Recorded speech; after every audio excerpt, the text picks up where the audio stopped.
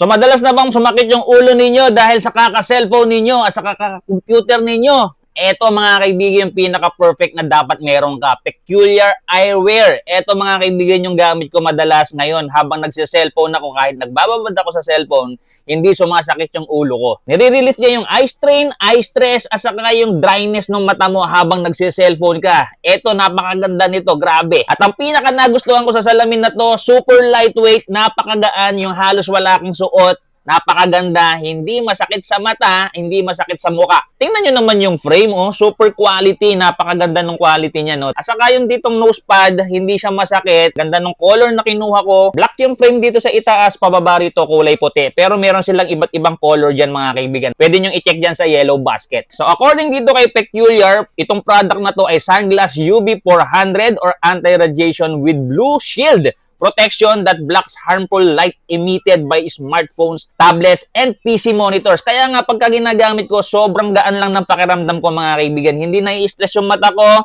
parang hindi siya napapagod. Sa ganda ng frame nito, kahit na yung lens nito tanggalin mo at palitan mo ng prescription lens mo kung gusto mo may grado, pwede. Pero teka, hindi matatapos yung video na to hanggat hindi natin natitesting yung pinaka-blue light niya. Ito yung blue light niya, tapatan natin yung salamin ng ganito. Ayan, nakikita nyo naman. Supposed to be dapat mag-itim yung kulay white na yan or mag-color blue. Ayan, tapos ito, padaan-daanin natin siyang ganyan. Makikita nyo yung difference, tingnan natin kung effective siya, ha? Ayan, nakikita nyo na, nag-blue-blue na, oh. Oh.